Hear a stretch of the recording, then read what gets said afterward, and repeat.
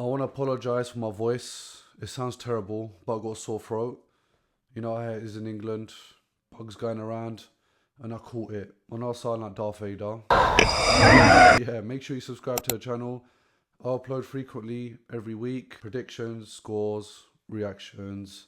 And I also do channel posts as well where you can take part and let me know your thoughts. Right, let's talk about Sunderland. So Sunderland, they're not no pushover team this year. Just returning back to the Premier League. They're sitting fourth in the table. 4 places below Arsenal. So they've not been playing bad. And I think one of their recipes to success is our old boy, Granit Xhaka. Xhaka's been playing really well for them. He's been one of their highest rated players. On top of that, he's got a goal this season with 3 assists. So he's not doing too bad on his return to the Premier League. After leaving us for Bayer Leverkusen, I was quite surprised that he actually pushed for the Sunderland move. But there he is back in the Prem. And he's going against us this Saturday. They're playing at home. And I know there's a lot of changes from our last squad when we last played a Premier League game. Not so much from the Champions League tie we had against Slavia Prague. Now, we won that game 3-0 very comfortably. On top of that, we saw a lot of things which we haven't seen in a while. And that is Mikel Merino playing up front. Mikel Merino, he's an interesting guy. Very versatile player. I respect him a lot. I think he's a great addition to Arsenal. And actually starting to think he's really, really underrated. He not only does perform for Arsenal, but he performs really well for Spain as well.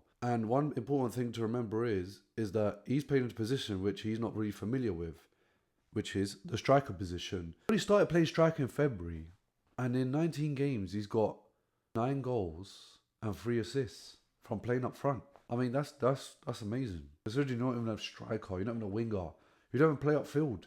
You are a central midfield player. If anything, you're helping out with defence more than attack. Look, he's got himself 9 goals and 3 assists in 19 games. So I really think that he will be the clinical player for us in that match against Sunderland. Obviously, we will have Saka and Trossard and Rice and Zubimendi and the other boys. I feel like for him, there's a lot of not, I wouldn't call it scrutiny, but there's going to be the light will be shining on him a little bit.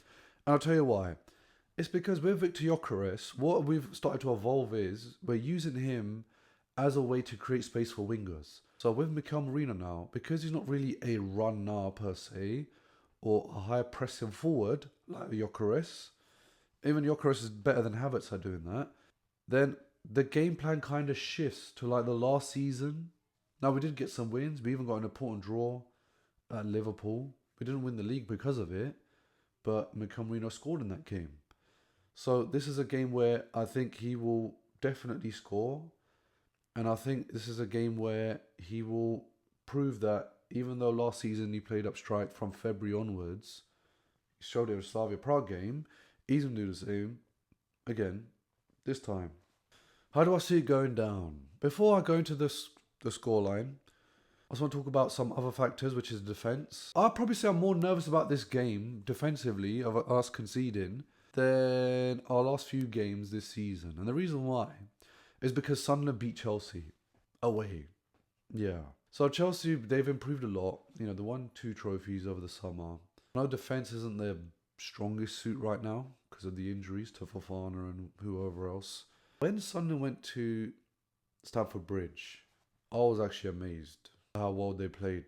And they can actually score goals. I do have this slight nervousness that Sunderland will score. I'm hoping they don't. I do think it'll be a tough game. This is a game where we have to really be patient as fans because I don't think it's going to be a goal fest. I think this is a team where they probably might sit back because that's what Arsenal do. They suffocate teams till they sit back. And that's why you see a lot of 2 ranks of 4. We saw it in the Crystal Palace game, Fulham game. They defend really well for long periods of the matches. But it's up to Arsenal to stick to the game plan and not get complacent because of it. So I feel like that's what will happen this time because they've recruited really well with the defence over the summer as well. I do see this game being a must-win for us before we head to that international duty phase. Because when we come back, we've got an important fixture and we've got loads of injured players returning as well. So let me go through the team sheet before I get onto the scoreline. At right back, we're going to have Timber, right centre-back Saliba, left centre-back Gabriel, and left back Calafiori. In goal be David Raya. 2 centre-mids are 2 players which have been playing amazingly together. Declan Rice and Zubimendi.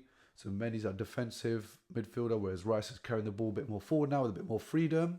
Eze on the right, Bukayo Saka Trossard on the left. And yes, we're going to go with Mikel Merino up front. How do I see this game going? Now, I did say it'll definitely be a goal by Mikel Merino, and I think that'll be the only goal. I see it being 1-0 Arsenal. Sunderland, like I said, they've surprised a lot of people this year. They're sitting fourth in the table right now. Yeah? They're higher than most teams that you'd expect to be in that top four. So that is the only reason why I'm a bit like, not a goal fest. It's going to be a 1-0. The goal scorer will be Mikel Merino. I don't know how he'll score. Probably signature headers or penalty. You never know. I'm hoping there's more goals, but I'm sticking with 1-0. So that is my team sheets and my thoughts. Please let me know your thoughts in the comments below. I'd like to know them. Make sure you subscribe. I appreciate you all. And again, I apologize for the voice. But I'll see you on game day with a post-match reaction.